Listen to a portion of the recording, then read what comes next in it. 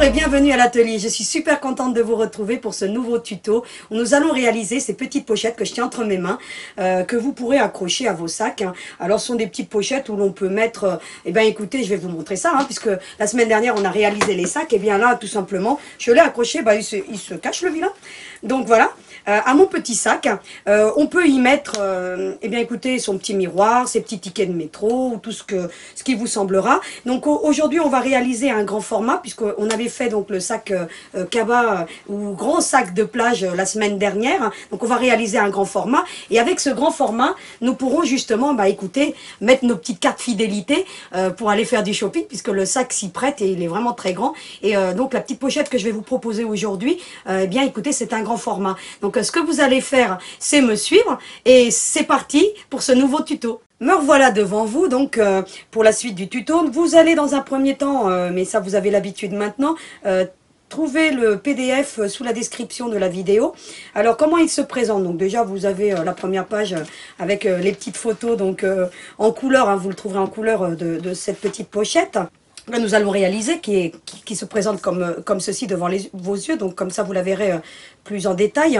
Vous voyez que, eh bien écoutez, elle est doublée, matelassée, donc tout ça on va le voir dans ce pas à pas complet. Donc vous avez déjà un petit modèle. Donc le petit modèle, vous allez faire comme moi, vous allez le reproduire sur une base cartonnée, d'accord, et le petit modèle c'est celui-ci. Donc voilà, donc tous ceux que je vous ai présentés, c'était des petits modèles, parce qu'ils s'adaptaient bien au sac petit et moyen. Donc celui que je vais vous proposer aujourd'hui, eh bien c'est le grand modèle. Donc de façon à ce que vous compreniez bien le principe. Donc vous aurez les deux patrons. Donc vous voyez, vous aurez juste à le reproduire tel quel sur une base cartonnée. Il vous faudra, donc ça on va le voir après en détail, je vous dis exactement ce qu'il faut prévoir sur la dernière page, qu'il faudra du fil à broder en 6 fils. Donc moi, écoutez, c'est des chutes de fil que j'ai. Donc vous prenez une échevette, le fil à broder, vous le reconnaîtrez parce qu'il a 6 fils, 6 fils en un, exactement. Il vous faudra également des œillets. De 4 à 5 mm. Donc je vous les présenterai tout à l'heure avec la pince, justement parce qu'on va poser des rivets. Donc vous voyez ici, comme vous le voyez là sur le dessus, mais je vais vous donner une autre alternative si vous n'avez pas d'œillet, donc vous inquiétez pas, vous pourrez quand même la réaliser. Il vous faudra également des pressions snap. Alors les pressions snap, ce sont ces petits rivets plastifiés. Si vous n'en avez pas, je vous dis que vous pouvez prendre également des pressions à coudre. Donc des pressions à coudre de plusieurs dimensions, vous en trouvez facilement. Il vous faudra également, écoutez, je vous ai dit des petites chaînes, donc je vous en parlerai tout à l'heure, ou alors un petit câble avec fermoir. Donc c'est ça, le petit câble avec fermoir, je le trouve plutôt sympa. Donc ça, on verra ça dans la suite du tuto. Donc ce que nous allons faire dans un premier temps, c'est déjà rassembler des tissus. Alors comment ça se présente? Eh bien écoutez, vous avez déjà l'habitude, puisqu'on a déjà vu ce genre de montage. Il vous faudra d'abord un tissu principal. Donc le tissu principal, vous le prenez sur l'envers. Donc là, moi, c'est la chute d'un jean, pour qu'il se coordonne au sac que j'avais fait, le sac shopping. D'accord? Donc moi j'ai pris une chute de jean qui correspond à mon sac. Mais vous prendrez ce que vous voulez, du tissu canevas, parce que le tissu canevas je le trouve super, il est épais. N'hésitez pas à l'utiliser, un peu difficile à travailler, mais le rendu est super, parce que là c'est du tissu canevas que j'ai utilisé par exemple. Vous voyez? Donc, en fait, je l'ai coordonné à mon sac, tout simplement. Vous pourrez prendre d'autres tissus, bien entendu. Donc voilà, vous avez donc ce tissu. Vous avez ensuite un tissu pour la doublure de cette petite pochette, donc moi qui correspond à l'intérieur tout simplement. Donc là il est sur l'endroit, vous voyez que j'ai mis une petite croix, j'ai marqué un petit E pour identifier, parce que ce tissu est très difficile. Il y a beaucoup de tissus où on a du mal à voir de l'endroit de l'envers. Vous vous repérez à la lisière de votre tissu, et ainsi ça vous facilitera donc le repérage. Et ensuite j'ai pris un molleton. Alors un molleton, vous n'êtes pas obligé de prendre une qualité supérieure. Là pour le coup, moi j'ai pris un molleton vraiment très très fin. Donc voilà, et ça suffit amplement. Parce que justement, moi je veux éviter la surépaisseur, comme je vais le broder. Vous voyez, là vous le voyez bien, le point de feston. Eh bien, je veux éviter les surépaisseurs. Donc plus vous prendrez un molleton épais, et moins le rendu sera, si vous voulez, esthétique. D'accord? Donc voilà. Donc vous prenez bien votre tissu, le molleton sous l'envers de votre tissu. Donc on se retrouve avec la face endroit contre nous. Vous venez sur votre tissu principal, marqué avec votre gabarit là, donc là moi en l'occurrence j'ai pris le grand modèle, eh bien je suis venu tout simplement reproduire avec un stylo friction, donc effaçable, ou ce que vous avez, hein, donc, ou le stylo craie, hein, comme vous voulez, et je suis venu dessiner tout le contour hein, sur l'envers de mon tissu. Et je viens ensuite le plaquer comme ceci, endroit contre endroit, et le molleton sur l'envers de la doublure. Tout simplement. Et puis, bien écoutez, je viens avec mes petites épingles et je viens épingler, tout simplement. Donc là, ça n'a rien de compliqué pour le coup. Donc maintenant, vous allez me suivre sur la partie couture, que je vous donne les petites astuces, justement pour faire cette petite arête, pour éviter que votre tissu ne tire. Donc vous allez me suivre sur la partie couture. On y va?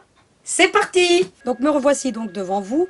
Donc hors caméra, j'ai cousu le grand parce que le trait, vous voyez, était pas assez prononcé, donc vous l'auriez peut-être pas vu. Donc je suis venue coudre comme ceci, comme ceci, comme ceci. Et puis j'ai fait tout le tour, tout simplement, et je suis venue m'arrêter là en laissant cette ouverture-là. Donc ce que vous avez dans le patron, j'ai oublié de vous le dire tout à l'heure, vous avez des petites marcations, il faudra bien les reproduire. Et bien ceci, c'est la partie qu'on laisse ouverte que vous voyez ici. Donc là, c'était le grand modèle. Donc hors caméra, j'ai fait un petit pour que vous voyez bien le marquage, comment il se présente. Hein. Vous voyez qu'ici, ben, écoutez, c'est la partie où je vais laisser ouvert. Hein. Donc vous voyez qu'ici, vous avez le marquage. Hein. Donc celui-ci, c'est le petit modèle. Donc eh bien, je vais faire la même chose. Alors pourquoi je vous montre, c'est vrai que bon, il y aurait aucun intérêt à ce que je vous montre donc la couture de cette petite pochette, hein, mais c'est juste pour que vous voyez ici à cette jonction-ci comment je vais faire. Hein. C'est-à-dire qu'ici je vais mettre un point pour éviter que ça soit trop serré. Alors comment j'amorce ma couture? Hein. Bien écoutez, je viens ici, hein, au démarrage du trait hein, qui correspond à ici. Hein. Donc je me plaque bien ici, donc vous devez bien le voir hein, parce que je l'ai tracé à la craie, donc on le voit nettement mieux. Eh bien je fais comme ceci, donc j'amorce comme ceci, je tourne pour venir faire mon arrondi. Vous voyez bien que mon trait est bien en alignement.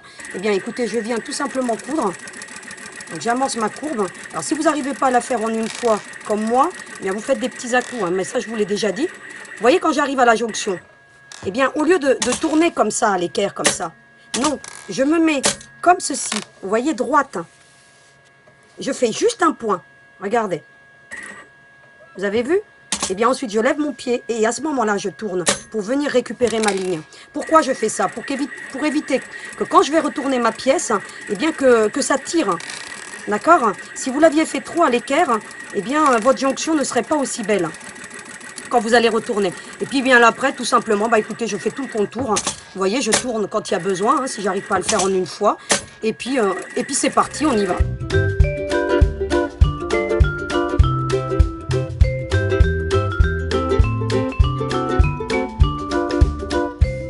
Et voilà ce qu'on obtient. Donc vous voyez que je me suis bien arrêtée ici et que j'ai laissé ouvert. Donc maintenant vous allez me suivre à la partie coupe, qu'on finalise le projet. Me revoici donc devant mon plan de coupe. Donc hors caméra, donc j'ai coupé tout le contour tout simplement, donc ça n'a rien de compliqué. Moi j'ai pris mes petits ciseaux cranteurs. Je vous l'ai déjà dit, mais prenez des ciseaux cranteurs, hein, c'est top. Surtout en couture, parce que ça évite, vous voyez, que le tissu s'effiloche. Je l'ai déjà dit, mais voilà, donc c'est vraiment parce que pour moi, c'est un allié indispensable.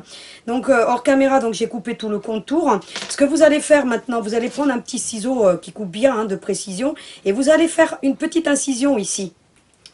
Vous voyez, ici et ici. Pour éviter que votre tissu ne tire lorsqu'on va retourner, tout simplement. Hein. Pourquoi j'insiste vraiment sur le ciseau cranteur? Pourquoi? Parce que si vous n'aviez pas de ciseau cranteur, hein, eh bien il aurait fallu que dans toutes les courbes, vous fassiez ce genre de petites choses, hein, c'est-à-dire des incisions. Alors vous voyez que là, il y a beaucoup de courbes. Et si vous n'avez pas de ciseau cranteur, ben, il faut faire le contour, hein, tout le contour de cette pièce en faisant des petits picots, au plus proche de la couture. Hein. Vous voyez comme je fais là, hein. Voilà, comme ceci. Si vous n'avez pas de cranteur, si vous avez un cranteur, et là j'insiste bien, c'est vraiment un allié indispensable, surtout qu'on fait beaucoup de courbes, et par la suite on va faire beaucoup de poupées, donc notamment je vous prévois des poupées, vous verrez, une avec un sac, et puis on va suivre ça avec des vêtements, vous pourrez l'habiller, vous verrez, je suis en train de travailler dessus justement. Eh bien le ciseau cranteur justement est un allié indispensable. Donc j'insiste bien parce que si vous voulez vraiment après faire des poupées, et je suis sûre que vous allez être enchanté avec les poupées que je vous prépare, hein. Eh bien écoutez, ayez-le, hein. Des fois dans les showrooms vous les trouvez à pas cher les ciseaux.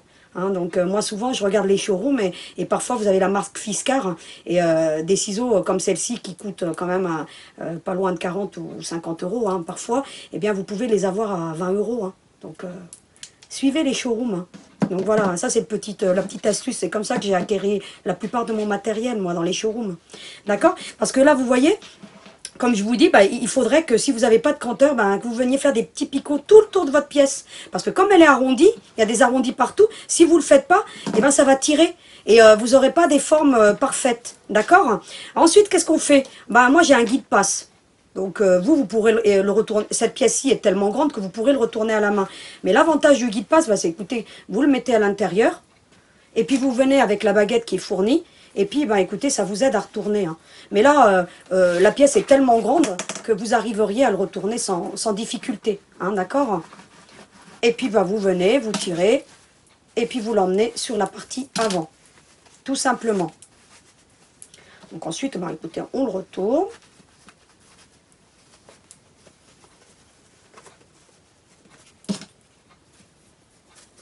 Voilà, comme ceci.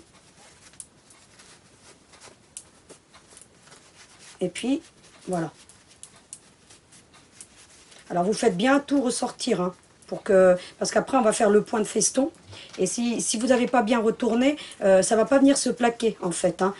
Vous pouvez éventuellement aussi venir repasser cette pièce. Hein. Comme ça, vous êtes sûr que bah, ça sera bien plaqué. Moi, je ne vais pas le faire, hein, parce que bon, je ne veux pas non plus... voilà, et puis j'ai l'habitude surtout, donc je fais tout bien ressortir, vous voyez. Pareil, j'ai oublié de vous le dire, mais si vous avez trop d'épaisseur, dégarnissez vos angles. Hein, c'est important pour éviter. Donc moi je l'avais coupé vraiment au plus près. Je ne pense pas systématiquement à vous le dire, mais je le répète suffisamment dans toutes mes vidéos. Lorsque vous avez des petits angles comme ça, il faut bien les dégarnir pour qu'il y ait le moins de matière possible, de façon à ce que vos bords soient bien ressortis. Donc voilà. Donc là je vais finir de le retourner hors caméra. Et puis, je reviens vers vous. Donc, j'ai retourné mon ouvrage. Vous pourriez venir le repasser. Moi, je ne l'ai pas repassé. Bon, voilà. Mais, vous voyez, j'ai bien fait tout ressortir de façon à ce que mon ouvrage soit uniforme. D'accord? La petite astuce, si vous voyez que ça tire comme ça, eh bien, vous faites des petits mouvements comme ça avec votre tissu. Surtout que moi, là, j'ai utilisé une matière qui est assez extensible. Et même ici, vous voyez, dans les jonctions, eh bien, vous faites ça, et bien, ça vous les remet en place, tout simplement. Comme ça, vous êtes tranquille. Ce que vous allez faire maintenant, vous allez prendre un fil qui est coordonné à votre tissu. Il va falloir fermer cette ouverture par laquelle on a retourné. Donc, il faut faire un point invisible. Je vous ai déjà montré comment on fait un point invisible. Vous regarderez mon tuto sur la poupée infirmière. Donc, le point invisible... voilà, j'ai pas intérêt à vous le remontrer, mais c'est vous passez la couture d'un côté à l'autre. Regardez la poupée infirmière à la fin du vidéo du tuto 2 sur 2. Je vous explique vraiment très largement comment on fait le point invisible. D'accord ? Donc moi, hors caméra, ce que je vais faire, je vais faire ce petit point invisible et je reviens vers vous pour vous montrer le point de feston et comment on fait l'assemblage de la pochette.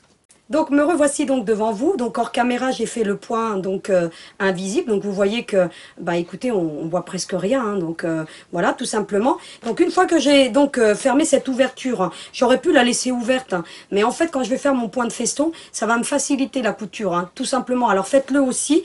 Donc eh bien écoutez il me reste plus qu'à venir faire le pliage de ma pochette. Hein. Vous voyez? Eh bien écoutez je fais une simulation et voilà ce que ça donne. Donc voilà. Alors vous pourriez, si vous ne voulez pas la broder, vous pourriez tout simplement venir coudre comme ceci. Voilà, moi je trouve que bon, le point de feston apporte quand même un petit côté charme. Hein, donc vous devez vraiment le voir sur la verte. Hein, donc vous voyez, ça apporte vraiment ce petit côté charme qui fait un petit peu, voilà, que j'aime bien moi. Donc vous pourriez éventuellement la retourner à l'envers, comme ceci. Venir faire le point de couture et puis retourner dans l'autre sens. Mais voilà, moi je vous le dis, aujourd'hui ce que je vais vous faire, moi c'est le point de feston. Alors comment je fais? Bon déjà je simule ma pochette, comment elle va se former. Ben, écoutez, j'essaye de bien venir, vous l'aurez repassé, donc moi je ne l'ai pas repassé, mais vous viendrez bien aplatir tous ces éléments-là. Il faut vraiment que toutes les coutures soient bien ressorties. Si elles ne sont pas bien ressorties, vous venez avec une épingle comme ceci et vous les faites ressortir. Hein. Vous voyez, ça vient se mettre en place tout seul hein, quand vous faites ça. Voilà. Si vous voyez vraiment que une fois que vous avez fermé et puis que bah, tout est rentré à l'intérieur, vous prenez votre épingle. Donc ensuite, bah, qu'est-ce que je fais? Je viens mettre, bah, écoutez, des petites épingles pour maintenir le tout et me faciliter le travail. Voilà. Donc moi, comment je vais déterminer mon point de feston? Qu'est-ce que je vais faire? Alors, moi, je vais la démarrer ici. Je vais venir faire ensuite le contour qui est ici et je vais venir la terminer ici. Et ensuite, je redémarrerai ici et je viendrai faire tout ce contour-ci. Je ne peux pas la faire en une fois parce que moi, j'ai décidé de faire ce bord-là. Vous voyez? Ici, je suis venue broder également. Si, pour un côté, vous avez envie de vous faciliter un petit peu l'élaboration de cette pochette, vous pouvez très bien faire comme ceci. Venir comme ceci, faire tout le tour et venir terminer ici. Voilà.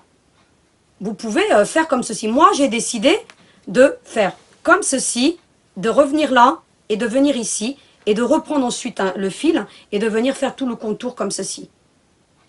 Alors, pour faire ce contour-ci, eh bien, je vous recommande de prendre un fil à broder. Donc là, moi, je vais le broder en 6 fils. Parce que comme il s'agit d'une pochette qui est quand même... voilà, moi, je l'ai pris du jean. Alors, faites attention au jean que vous prenez. Parce que moi, là, il est vraiment extensible. Donc, plus difficile à travailler. Plus vous prendrez des matières extensibles, plus ça sera difficile à travailler. Alors, j'ai pris regardez bien. J'ai vraiment pris une très grande longueur de fil. Pour éviter de changer le fil en cours de couture. Alors, faites pareil. Vous voyez la longueur de mes bras, vous prenez vos bras, vous prenez encore plus long que vos bras, de façon à ce que vous n'ayez pas à changer de fil en cours de couture. Parce que sinon, vous allez avoir des raccords. Alors là, on ne les voit pas très bien, parce que moi, les raccords, j'essaye de les faire le plus harmonieux, de façon harmonieuse. Je ne saurais même pas vous dire où ils sont, mes raccords, parce que j'ai eu des raccords de fil. Donc... parce que parfois j'utilise des restes de fil et j'ai pas suffisamment de longueur. Mais là, vraiment pour le coup, j'ai une très grande longueur, donc ça facilite le travail. Quand on fait du point de feston, on essaie de prendre vraiment des très grandes longueurs de fil. Alors comment je fais? Bien écoutez, j'ai fait un nœud à l'extrémité, tout simplement. Et je suis venue ici dans le coin, comme ceci.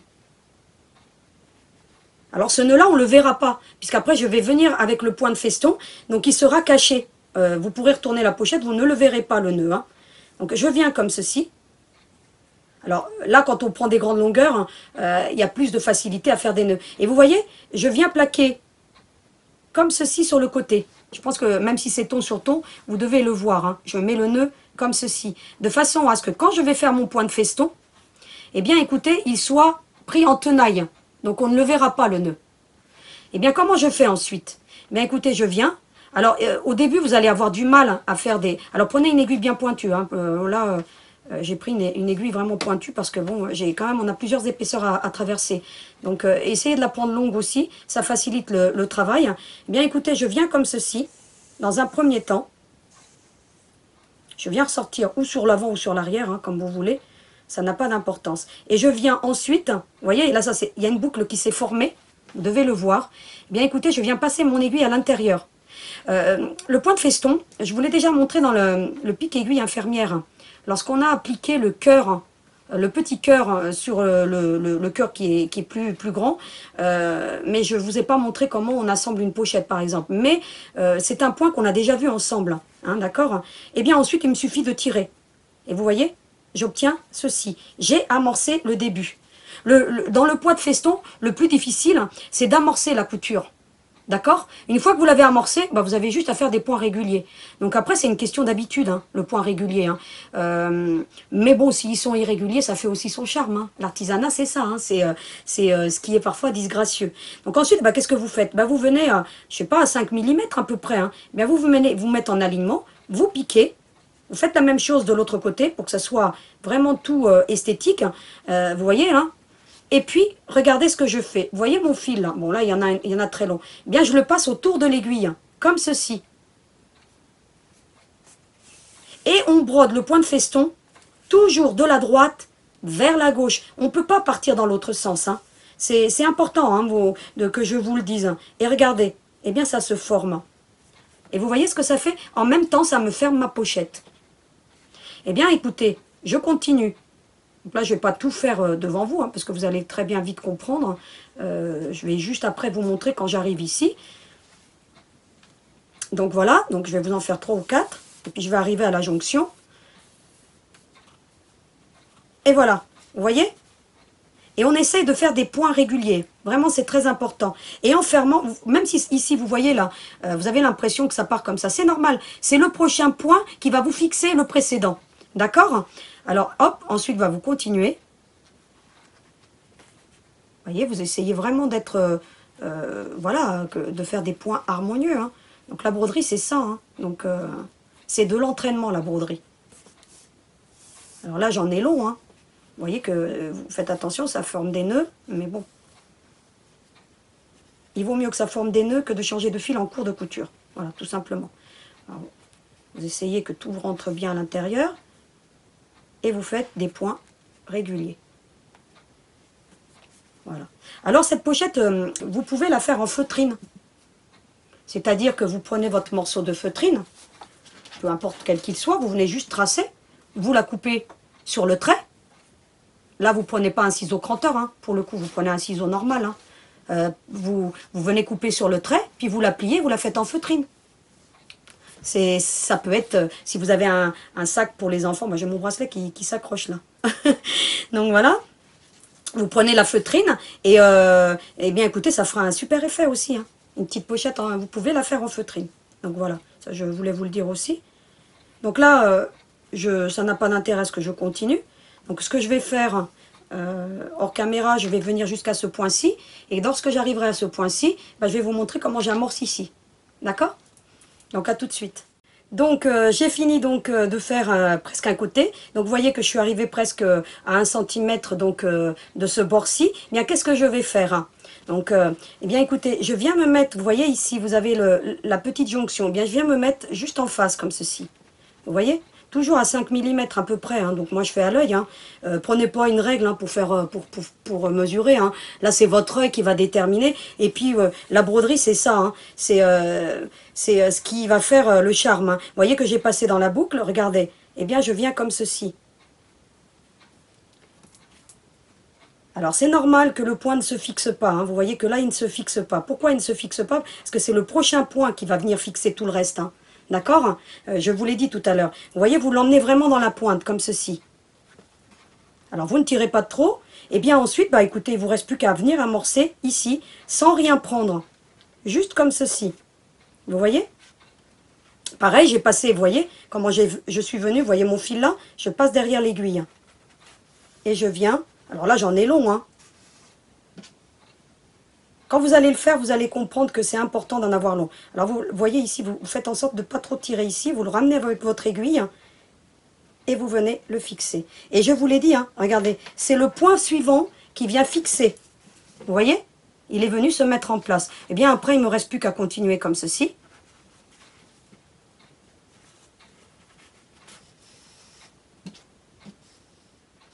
Donc, pour vous faciliter le travail, vous pourriez juste faire, comme je vous ai dit tout à l'heure, juste faire le contour comme ceci. D'accord? Mais l'avantage de faire cette arête-ci, eh bien, c'est que ça vient vous camoufler la couture invisible. Donc, si vous l'aviez mal faite, hein, donc, bien écoutez, le point de feston a l'avantage, vous voyez que ça forme ici un petit trait, de venir couvrir. Donc, ça donne un petit côté esthétique. Hein. Vous le voyez bien là sur le rose, hein, regardez. Vous voyez? Donc là, moi, j'avais fait le point invisible, on ne voit rien du tout, hein. Vous voyez?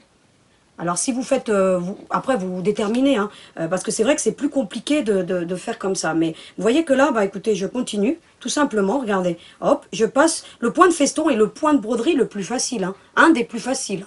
Donc je pense que vous n'aurez aucun mal à le faire, hein. Vraiment, regardez, hein. Et puis l'avantage aussi du point de feston, je vous en ai parlé, hein, pour faire des appliqués, c'est quand on veut faire des appliqués à la main, alors les appliqués, je vous ai expliqué déjà ce que c'était dans le tuto de la poupée infirmière, quand j'ai fait le cœur, eh bien c'est d'assembler un bout de tissu sur un autre. Hein. Et le point de feston est énormément utilisé pour faire les appliqués. Donc on reviendra sur les appliqués parce que je viens de préparer, justement, là, tiens, je vais faire la transition, je suis en train de faire un petit sac ballerine. Parce que là, je vais venir dans la période où, la semaine prochaine, on fera les pochons. Donc, je vais vous le dire ça à la fin de la vidéo. Mais je suis en préparation de petits projets. Donc je continue pour qu'on arrive à l'autre extrémité justement, pour que je vous montre. J'en profite pour vous dire que je suis en train de faire des petits projets pour nos enfants. Parce que, bon, faire des sacs à dos, bon, je pense que vous avez déjà dû voir pas mal de tutos sur des sacs à dos. Donc même si moi j'ai mes propres sacs à dos, mais je suis en train de faire moi des sacs différents. Donc notamment pour écoutez, pour les petites filles quand elles vont à la danse rythmique ou faire de la danse, je viens de le terminer, où justement on va voir le point d'appliquer, mais fait à la machine justement, et c'est pour ça que je vous parlais du point d'appliquer, justement c'était le cas de, justement c'était important de vous le dire, hein. On va voir justement des appliqués faits à la machine à coudre. Donc là je vais travailler avec ma machine familiale. Et puis, je vais vous donner quelques petits tuyaux et quelques petites astuces. Donc, je ferai une pause couture là-dessus. Et notamment aussi sur le piqué libre. Parce que je viens de terminer un sac, justement, avec un piqué libre. Et justement, il est plutôt sympa. Donc voilà, ça c'était juste pour vous donner un petit peu les nouvelles des prochains projets qui vont être faits. Et justement, on reviendra sur le point d'appliquer. Et pourquoi j'en reviens donc à ce point feston et au point appliqué? Parce que ce point d'appliquer, celui-ci que je suis en train de faire, votre machine à coudre le fait aussi, hein. Vous pourriez très bien le faire à la machine à coudre, hein. Parce que avec votre machine à coudre, vous pouvez faire le point d'appliquer pour assembler un tissu sur un autre. Après, on le fait à la machine à coudre, ça serait un peu plus compliqué parce que vous voyez, on doit amorcer certaines courbes et tout. Mais je vous montrerai que vous avez le point de feston sur votre machine à coudre. Je vous dirai où le trouver. Pas toutes les machines à coudre ont le point de feston, mais beaucoup de machines ont ce point de feston. D'accord. Moi, je vais vous montrer comment on fait un appliqué et vous pourrez le faire avec n'importe quelle machine. Donc, je viens de terminer ce sac. Je ne vous le montre pas parce que je veux vous en garder la surprise, hein. Je ne peux pas tout vous dévoiler non plus, hein. Donc voilà. Donc voilà, ça m'a permis justement d'arriver au bout, vous voyez, hein. Je suis bavarde, moi, vous allez voir. Et ça m'a permis d'arriver au bout. Pareil, je me suis arrêtée ici à 1 cm, à peu près, 1 cm, 1,5 cm. Donc, bien pareil, je viens ici, vous voyez là, la pointe elle est ici, je viens me mettre pareil, comme ceci, et je fais le même procédé que de l'autre côté. Eh bien, je viens tout prendre cette fois-ci, vous voyez. Autant là, j'ai brodé juste le petit rabat, que vous voyez là, enfin la petite poche, hein. Et puis là, écoutez, je prends tout ensemble. Alors, j'ai fait un gros nœud, je vais venir le défaire. Là, l'avantage, c'est comme le fil est très épais, donc ça se défait très bien. En broderie, je vous l'ai déjà dit, hein, en broderie, eh bien, on fait beaucoup de nœuds. Et comme on fait beaucoup de nœuds, on apprend aussi à les défaire, les nœuds. Vous allez voir, si vous commencez à broder beaucoup, et je vous recommande vraiment de broder parce que la broderie, eh bien, c'est ce qui vous demande, c'est une méthode qui vous apprendra la précision. Donc, surtout les points de broderie traditionnels, hein. Je ne vous parle pas de point de croix, même si le point de croix, voilà, ça vous apprend la patience, ça vous apprend à suivre un plan, c'est super. Mais les points de broderie traditionnels vous apprennent justement la régularité. Donc vous serez plus régulière, plus vous vous entraînerez avec des points de broderie traditionnels. Et là, là en l'occurrence, c'est de la broderie traditionnelle qu'on est en train de faire, hein. Eh bien, ça vous apprendra... vous voyez, mes points sont réguliers. Alors, de temps en temps, il y en a un plus haut que l'autre, mais c'est justement ce qui fait le charme, hein, du point de feston. Donc là, moi, je vais continuer. Je vais arriver jusqu'ici. Et ensuite, je vais vous montrer comment j'arrête ça. Donc, je vais continuer. Ça n'a pas d'intérêt, à moins que vous vouliez rester encore avec moi. Mais voilà, je vais continuer. Et puis, je reviens vers vous. J'ai donc terminé cette arête-ci. Vous voyez que je suis arrivée presque au bout. Écoutez, je refais encore un point. Voilà. Alors, prenez une aiguille qui pique bien, hein, surtout, hein. Voilà.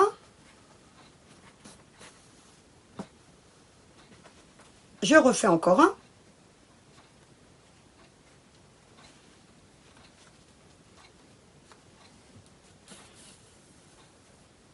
Et là, que vous voyez que ça forme une boucle. Vous voyez, là, je n'ai pas passé derrière l'aiguille, hein, pour terminer, hein. Vous voyez, j'ai juste piqué, regardez, comme ceci, hein. Eh bien, regardez ce que je vais faire. Pour terminer ma couture, eh bien, je prends mon aiguille, je passe une fois dans la boucle. Et une seconde fois. Et je tire. Et mon ouvrage est arrêté. Qu'est-ce que je fais ensuite de ce fil-là? Eh bien, écoutez, je vous ai dit, on ne coupe jamais à ras.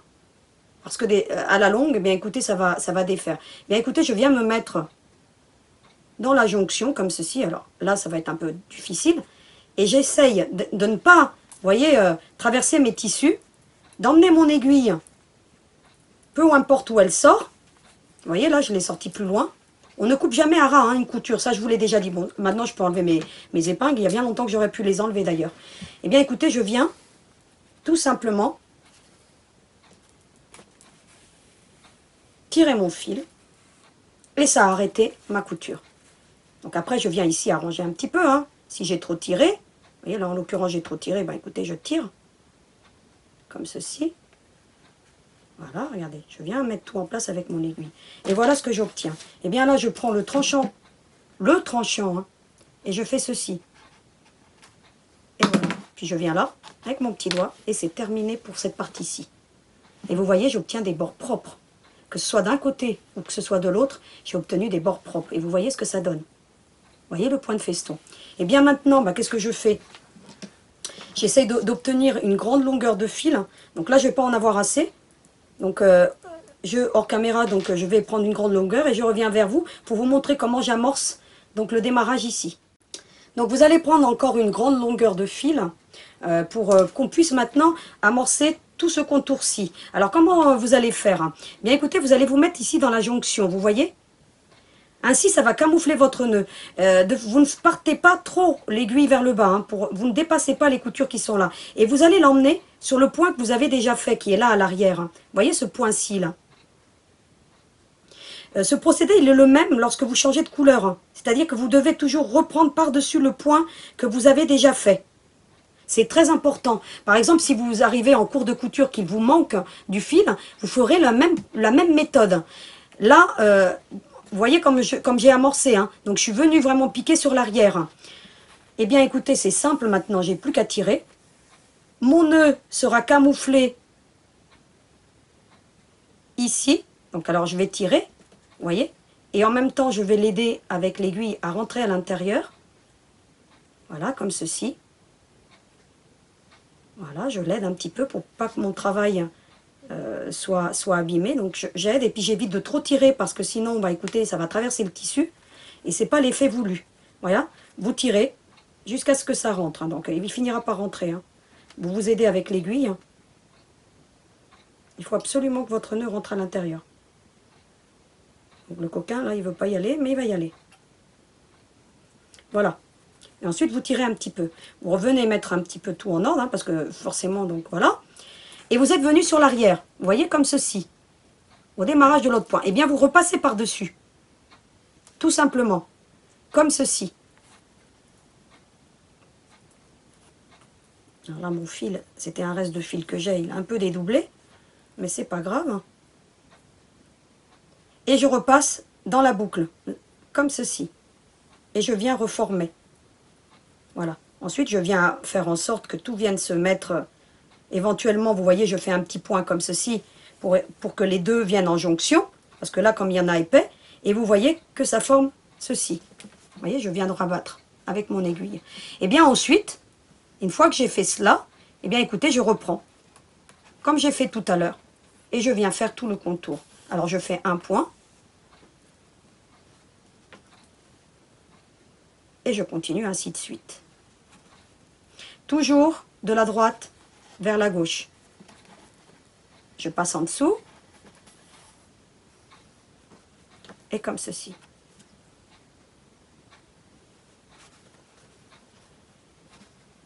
Et on y va. Alors vous essayez de faire les points les plus harmonieux possibles. Vous voyez? Pour que ensuite, bien écoutez, quand vous allez retourner votre pochette, tout soit parfait. Voilà, tout simplement. Parce qu'il faut savoir qu'ici, ça sera la partie visible. D'accord? Donc alors on y va. Donc maintenant, je vais continuer hors caméra de finir cette petite pochette. Vous voyez, je continue, je prends mon fil, je le mets en dessous. Là, mon fil. Voilà. Je serre, mais pas trop non plus. Et je continue avec des points réguliers. En voilà encore un de fait. Un petit dernier avec vous. Et je la termine hors caméra. Donc, attendez. Hop. Hop. Je reviens donc vers vous parce que je vais vous montrer justement, tout à l'heure je vous ai dit que si vous n'aviez pas de fil en cours de couture, donc là, en l'occurrence, voilà, c'est ce qui m'arrive. Donc vous voyez que là, bah, écoutez, j'arriverai jamais à obtenir, à aller jusqu'au bout hein, de mon ouvrage. Bien, qu'est-ce que je fais? Bien, je refais un point comme ceci. Tout simplement. Hein. Voilà. Vous voyez, je pique mon aiguille. Ça va former une boucle. Comme je vous ai montré tout à l'heure, vous voyez, là, ça forme une boucle. Vous voyez, vous la voyez, là, la boucle. Bien, écoutez, je passe une fois et une seconde fois pour arrêter. Dans la même boucle. Et je tire. Et puis ensuite, bah, écoutez, je repasse mon fil à l'intérieur entre les deux, vous voyez, là, entre la couture. Hein. Eh bien, écoutez, je le ressors ou vers l'avant ou vers l'arrière, hein, peu importe. Et je viens et je tire. Comme ceci. Ainsi, j'ai arrêté mon fil. Et puis, je viens avec le tranchant de mon petit ciseau. Je fais ceci et on ne voit plus rien. Eh bien, je reprends un fil de nouveau. De nouveau, bah écoutez, cette fois-ci, je fais un petit nœud, mais un simple nœud. Tout simple. Pourquoi un simple? Vous allez comprendre. Parce que là, si je fais apparaître mon nœud, il va apparaître. Vous voyez? Donc là, il faut que je le camoufle, le nœud. Alors, le meilleur moyen de le camoufler, c'est de faire juste un simple petit nœud. Vous voyez, là, il est tout petit. Je coupe l'excédent, comme ceci. Voilà. Eh bien, écoutez, je vais me mettre entre les deux coutures. Vous voyez, comme ceci. Je vais piquer mon aiguille et je vais redémarrer sur ce point-ci. Vous voyez où j'ai placé mon aiguille? Eh bien, écoutez, je vais tirer. Et je vais tirer de façon à ce que mon fil passe entre... Vous voyez comment il est présenté? Il est bien entre les deux, là. Eh bien, je vais tirer jusqu'à ce que mon nœud passe. Alors, des fois, si on tire un petit peu trop fort, il passe à travers, eh bien, on recommence. Hein. Ça m'est arrivé. Hein. Vous voyez, là, je vais tirer, je vais faire vraiment... voilà, jusqu'à ce qu'il rentre. Et quand il est rentré, bon, des fois, je l'aide un peu avec l'aiguille, vous voyez? Voilà. Et vous voyez, il est passé. On ne le voit plus. Mon fil est passé. Et comme il est passé, eh bien, écoutez, il ne partira pas. Pourquoi? Parce que maintenant, eh bien, je fais le même procédé que tout à l'heure. Je redémarre comme ceci. Vous voyez? Je repique sur celui avec lequel j'ai arrêté. Hein. Vous voyez, je me mets vraiment... Regardez, là, vous le voyez ici, là. Eh bien, je pique là. Et ça va faire une boucle. Regardez. Parce que là, vous n'allez peut-être pas la voir, parce que le fil est un peu grand.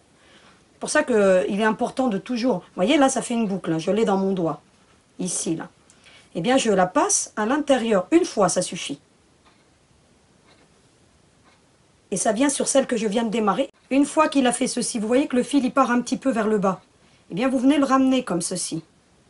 Il faut le ramener vers le haut. Parce que sinon, au prochain point, vous voyez, vous venez piquer votre aiguille sur la partie en hauteur. Vous voyez, comme ceci. Et vous ramenez votre fil vers le haut. Voilà. Et ça, vous le mettez vers le haut. Et vous voyez, on ne voit rien. Et là, votre fil se trouve sur le dessus. C'est important parce que quand vous faites ceci, il va se mettre vers le bas. Et vers le bas, au prochain point, et bien, écoutez, ça va vous faire une diagonale ici. D'accord?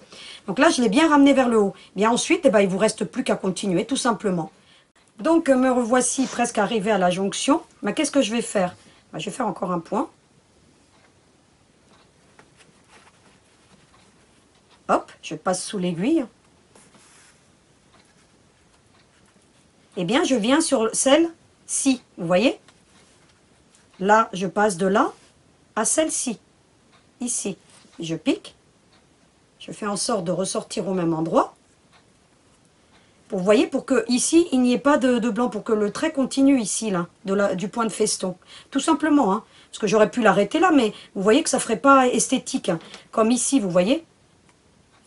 Donc c'est pour donner un côté esthétique hein, que je fais ça. Bah écoutez, je repasse dessus. Et je repasse encore une fois. Vous voyez, comme je viens de faire là? Et je tire. Je tire vraiment. Vous voyez? Voilà. Et vous voyez que là, mais écoutez, ça me l'a fini. Eh bien, écoutez, je fais en sorte de reprendre un peu les coutures ici, pour que ça les unisse mieux, hein, vous voyez là? façon à ce que ça fasse un renfort, un côté renfort. Et je repasse une fois. Encore une fois. Vous voyez, ça fait un double nœud si vous voyez. Vous devez vraiment le voir. Et puis je tire. Ainsi, ça renforce mon... Et puis, de la même manière, bah, écoutez, je passe entre les tissus comme ceci.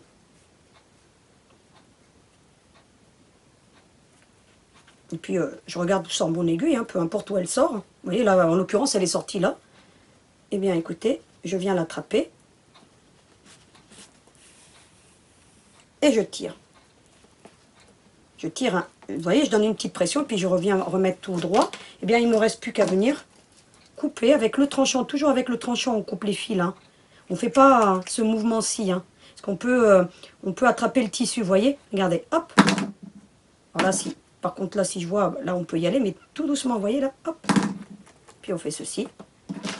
Et la partie broderie de notre pochette est terminée. Donc, vous voyez ce que ça donne. Hein. Ouais, c'est plutôt sympa. Je vais vous la mettre à l'endroit. Voilà, voilà ce que ça donne. Eh bien, qu'est-ce qu'il nous reste à faire maintenant? Eh bien, à mettre les petits œillets. Alors, si vous... Donc, vous voyez qu'ici, moi, j'ai mis un petit câble. Donc, je vais vous en parler. Je vous les ai notés à la fin du PDF. Moi, ici, j'ai mis un... Ça s'appelle un fil d'acier.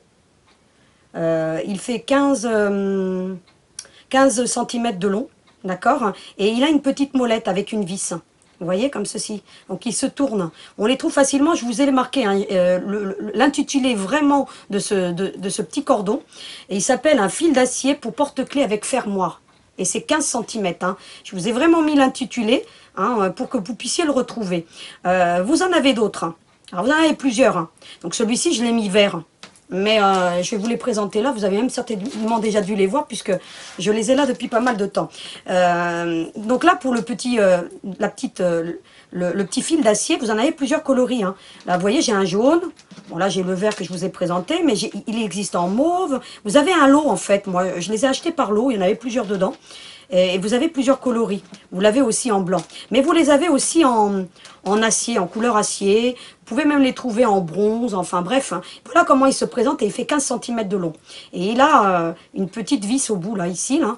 Et ben, il suffit juste de venir l'enclencher comme ceci et puis de venir le visser. Donc vous avez vu tout à l'heure. Hein. Mais vous en avez d'autres. Donc je vous en avais déjà montré. Quand on a fait le tuto de l'ourson, si vous vouliez transformer votre petit ourson en porte-clés, il est bien parce qu'il est souple. Donc pour les petites figurines, c'est l'idéal. Mais vous pouvez aussi le prendre pour ce genre de petite pochette. Hein. D'accord? Donc je vais vous le montrer tout à l'heure, je vais vous le mettre. Hein. Et pareil, il fait 15 cm de long. Et ça s'appelle une chaîne avec billes. Et c'est pour porte-clés aussi. Parfois, je vous l'ai dit, hein, quand vous achetez des jeans, donc moi je les ai déjà trouvés, ces petits, ils mettent l'étiquette souvent. Je crois que la marque Quick, souvent, hein, ils ont ces petites chaînettes. Attachées avec leur marque au bout, ben moi je les ai récupérées la plupart. Alors il y en avait plus moins ou moins longues. Là je vous recommande quand même 15 cm. D'accord? Donc, mais c'est pas très cher. Hein. Je vous mettrai les liens, je vais vous mettre les liens et vous verrez, vous en trouvez des sympas. Il y en a des super couleurs. Regardez là, moi je vais prendre le orange là, pour cette pochette-ci. Hein. J'aurais pu prendre le chromé, hein. Voilà, juste pour vous dire que ça donne un petit côté charme. Moi j'aime bien le petit câble, je trouve que ça donne vraiment un petit côté charme. Alors pour en venir justement à cela, moi je vais poser des œillets, d'accord? Mais vous, si vous n'avez pas de machine à rifter, bah écoutez, vous venez mettre un petit point de couture, hein, d'accord? Et il viendra faire le contour, hein, de la même manière. Alors ça sera moins joli, hein. Je ne vous cache pas que ça sera moins joli. Mais vous pourrez le faire facilement. Donc là, j'ai dû le mettre dans le mauvais sens. Donc c'est pour ça que ça ne va pas. Vous voyez? Vous aurez moins d'envergure hein, aussi, hein, si vous faites comme ça. Mais, vous voyez, vous pourriez très bien. Vous le fixez d'abord, comme ceci. Voilà. Vous voyez, il y en a moins. Hein. D'accord? Et puis, vous venez ici le fixer et vous venez mettre un petit point de couture ici. D'accord? Je ne vais pas vous le montrer, ça n'a pas d'intérêt. Prenez votre petite aiguille, vous faites plusieurs points autour. Vous prenez votre pochette avec, sans traverser ici, hein, ça va de soi. Hein. Prenez en sorte et puis vous venez le fixer comme ceci. Vous pouvez faire la même chose avec celui-ci. Avec celui-ci, ça sera même plus facile. Parce que vous avez les mailles qui sont rondes ici et il ne glissera pas. Donc votre couture, vous la faites entre deux petits ronds, là, vous voyez là? Et pareil, après, voilà. Hein. Il vous restera plus qu'à le fixer comme ceci. Vous voyez, elle a une petite encoche ici. Et il sera comme ceci. Voilà. Vous pouvez très bien le faire. Parce que je sais que tout le monde n'a pas une machine à faire des œillets. Moi, j'ai une machine à faire des œillets. Je vous l'avais déjà présenté, c'est de la marque Prime. Un jour, je vous ferai un tuto, je vous l'ai promis, je le ferai. Et je vous présenterai les sous-marques. Parce que j'ai une sous-marque. Parce que moi, avant, j'avais une sous-marque. Ah, c'est pas top les sous-marques. Hein. Là, de ce côté-là, pour les machines à riveter, il vaut mieux avoir une bonne machine bien solide. Avec des bons embouts. Alors, des fois, les embouts, ils tiennent pas trop. Hein. Ça dépend des embouts que vous prenez. Là, pour le coup, moi, celles à faire des œillets fonctionnent très bien. Donc là, moi, je vais prendre des œillets. Alors, les œillets, c'est quoi hein? C'est ce genre de petites choses. Donc, moi, là, j'ai une mallette. Hein. Elle a plusieurs embouts. Un jour, je vous les présenterai plus en détail. Hein. Vous voyez, je vais prendre ce genre de petits œillets. Donc là, j'ai décidé de les prendre un petit peu en doré. Il en existe plusieurs coloris. Hein. Il existe, vous savez, des chromés. Là j'avais mis des chromés. Parce que comme j'avais mis les rivets tubulaires dans mon sac en chromé, ben, j'avais mis des chromés. Hein, j'étais restée en harmonie avec mon sac. Là, en l'occurrence, pour le sac, bah, il n'a pas de rivet tubulaire. Bon, je vais mettre des...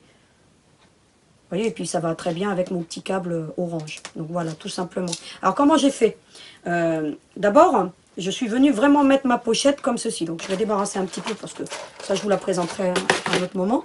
Je suis venue la mettre comme ceci à plat. Je regarde un petit peu de façon à ce qu'elle soit bien droite. Je suis venue avec mon crayon craie. Alors, ça, c'est pareil. Je viens de faire une trouvaille sur les crayons craie. Celui-ci de la marque Suezi. En général, il est vendu avec les kits de Shashiko. Alors, je ne sais pas si vous savez ce que c'est le Shashiko. On y viendra un jour, je vous apprendrai à faire du Shashiko. Le Shashiko, c'est juste une tuerie. Pourquoi? C'est en fait le fait de faire... donc là, je vais prendre un petit crayon. Et puis, je vais vous le faire un petit peu sur le dos de mon papier. En fait, le Shashiko, c'est broder et de faire un petit peu comme une couture sellier. C'est-à-dire que vous faites des petits points. Attendez que vous le voyez bien. Vous faites des petits points comme ça. Donc là, je vous le montre juste comme ça, vite fait. Puis après, vous pouvez faire des formes, vous pouvez faire des étoiles. Mais vous voyez, c'est le fait de faire ce point-ci. D'accord? Le Shashiko, c'est ça. Après, vous faites votre étoile ou des arrondis ou comme vous voulez. Vous voyez, là, je vous le fais à main libre. Hein. Vous voyez, c'est ça le Shashiko. Hein, vous faites comme une couture sellier, si vous connaissez la couture sellier. Donc voilà. Vous voyez? Eh bien, il est souvent vendu dans des kits de Shashiko. Et moi, je l'aime bien. Pourquoi? Vous voyez, je ne sais pas si vous avez vu là, il a à l'extrémité, il a des embouts et vous avez des couleurs. Et alors en fonction de la couleur que vous voulez, vous avez juste à tourner. Vous voyez là, je veux du jaune. Non, bah, je l'ai mal mis. C'est du rouge. Vous voyez, j'ai mis le rouge. Bah, c'est la mine rouge. Vous voyez, qui est sortie. Et puis j'ai juste à la rentrer. Et ben j'ai un tissu plus foncé. Bah, j'ai la jaune qui va sortir. Alors il faut bien le mettre en face. Et j'ai la jaune qui sort. C'est juste une tuerie, moi. Je trouve que ce stylo craie, bah, moi, j'en suis tombée fan. Et regardez, là, j'ai sorti le bleu. Ah, mais je pourrais m'amuser comme ça pendant des heures. Regardez le blanc. Et ben, j'ai le blanc, vous voyez là. Bah, j'ai juste à me mettre en alignement.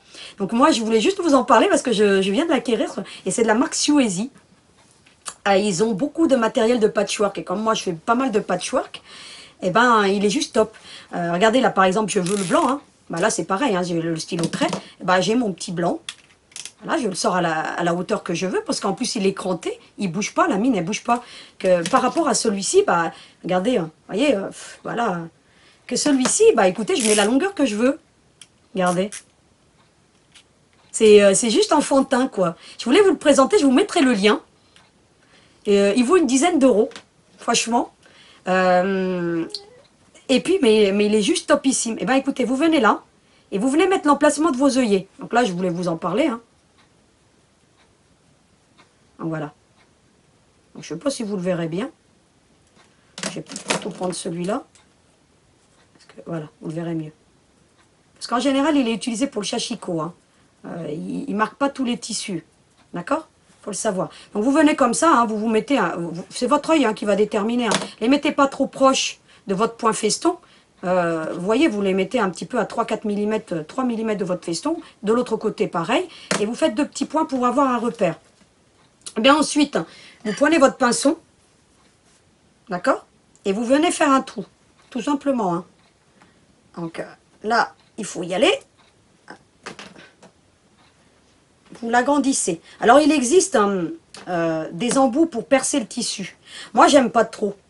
Parce qu'en général, si vous les prenez, eh bien, qu'est-ce qui se passe quand vous faites un trou? Déjà, voilà, moi j'aime bien écarter la fibre. Donc, en général, le trou, comme c'est des matières que j'utilise extensibles, le trou, il est adapté. Seulement, quand vous allez le passer à travers, eh bien, l'œillet, il a tendance à passer à travers, justement. Pourquoi? Parce que la maille est extensible. Vous voyez? Alors, moi, je fais toujours le trou plus petit. Alors, j'ai plus de mal à les passer, hein. C'est vrai. Mais, mon œillet, il va jamais s'arracher, si vous voulez. D'accord? Alors, ne faites jamais... quand vous faites un œillet ou peu importe, quand vous posez une pression, faites toujours le trou plus petit que le diamètre de ce que vous posez, parce que sinon il passe à travers. Parce que en général, moi je travaille des matières extensibles comme vous voyez là. Donc là je vais bien écarter les fibres, hein. Vous voyez, j'écarte vraiment bien. Et puis bah écoutez, il ne me reste plus qu'à mettre mon œillet, hein. Ça va être un petit peu fastidieux parce qu'il y a beaucoup de matière à traverser. Vous voyez que là j'écarte la fibre, moi. Voilà, vous voyez, j'écarte bien la fibre.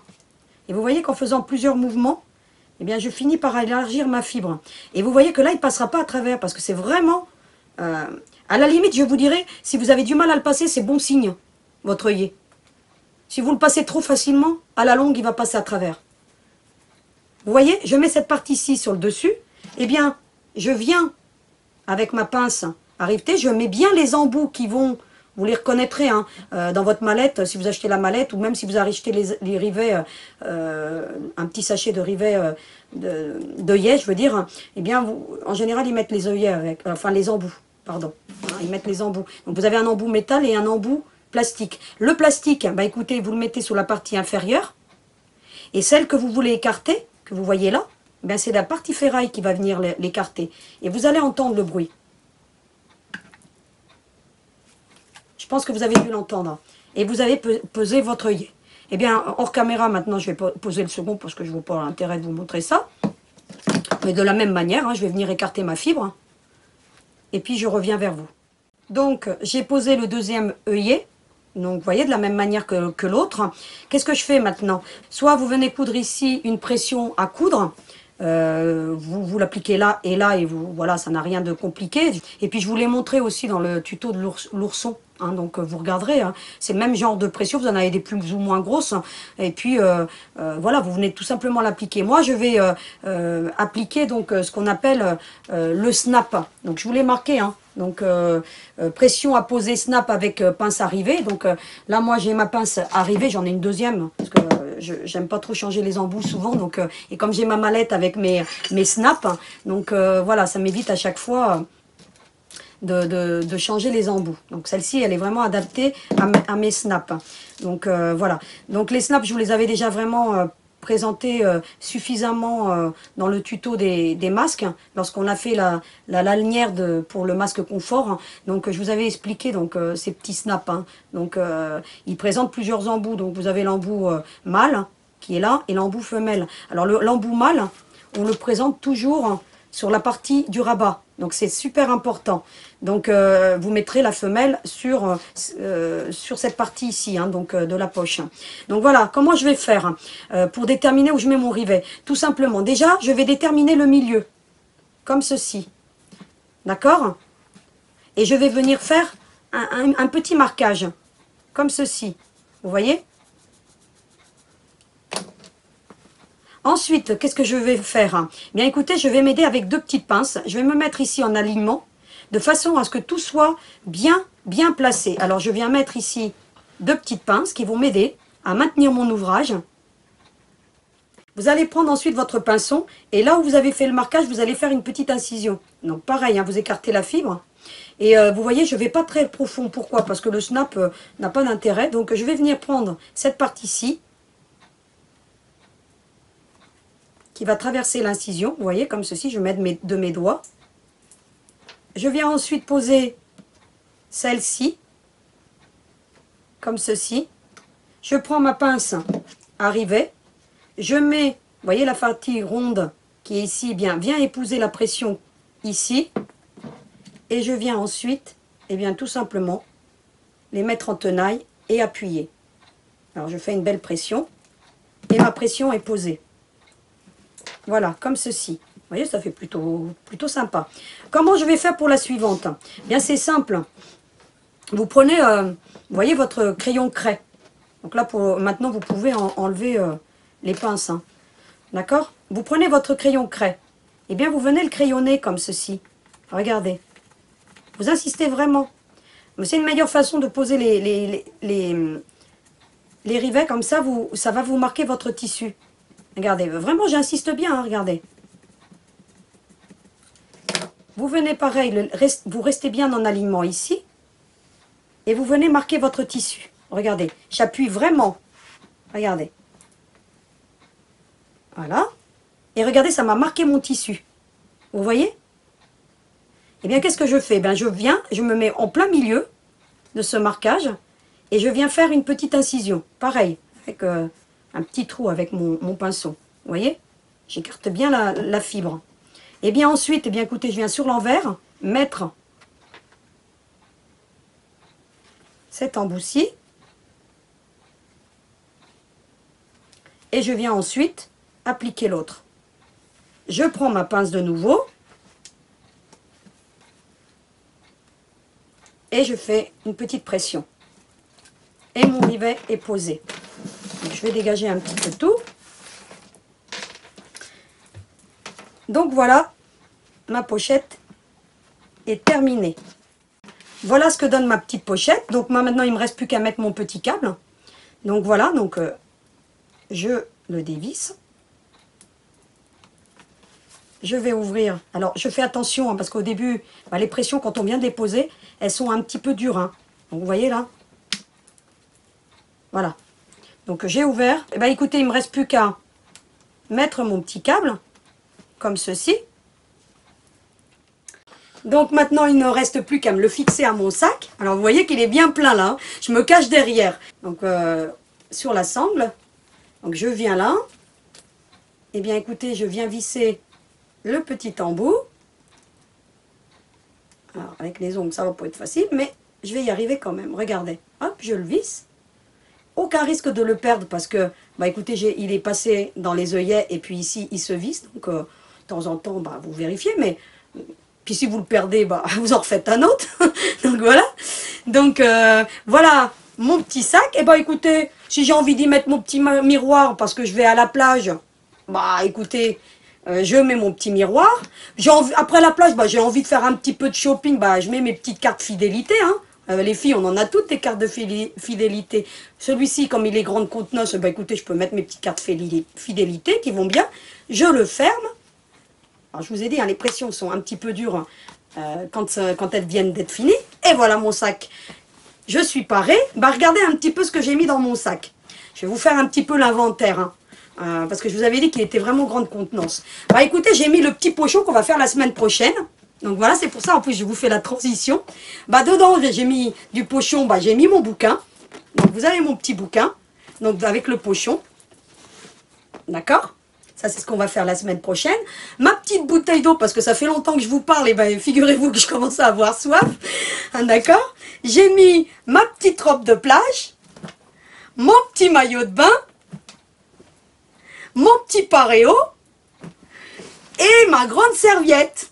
Vous voyez un petit peu ce que je peux mettre. Et j'aurais pu en mettre encore. Hein, parce que, voilà, mais c'était juste pour vous dire un petit peu que, bah voilà, il est plutôt costaud mon sac. Hein. Puis vous voyez que le petit porte-clés, bah écoutez, hein, après la plage, on peut aller faire du bon temps avec nos petites cartes fidélité. On peut mettre aussi tout ce qui nous passe par la tête, la carte de métro ou ce que vous voulez. Donc voilà, ça c'était vraiment pour la petite boutade. Juste pour vous faire la transition sur ce qu'on va faire la semaine prochaine. La semaine prochaine, nous allons faire ces petits pochons. Parce que je vous ai dit qu'avec les restes, il fallait faire du zéro déchet. Donc la semaine prochaine, on va faire ces petits pochons. Donc je vais vous faire un petit PDF où je vais vous mettre toutes les dimensions que j'ai réalisées pour faire tout ça. Vous voyez, le soir, je peux éventuellement, pourquoi pas, me trimballer avec mon petit pochon. Après, à la plage, eh ben, écoutez, je prends ce petit sac-là. Il me suffirait de venir faire un autre petit porte-clés, l'accrocher là. Et voilà, hein, donc je vais le prendre, comme ça je vais vous montrer qu'on peut aussi l'accrocher sur n'importe quel sac. Hein. Donc je vais juste le détacher. Voilà, vous voyez, je peux aussi bien l'accrocher sur ma petite besace que j'ai fait, mon petit sac pochon. Hein. Donc pour aller faire le shopping, pour aller faire le shopping, il est quand même moins gros. Hein. Donc vous voyez, ce qu'on peut faire avec les chutes que je vous ai dit, qu'on récupère avec du zéro déchet. Donc ne jetez rien, parce que ces chutes-là, on les retrouve là, on les retrouve là, et on les retrouve là, et ça sera notre tuto de la semaine prochaine. Il ne me reste plus qu'à vous souhaiter une excellente semaine, ensoleillée bien sûr. Et bien, en attendant de vous retrouver, à vos aiguilles!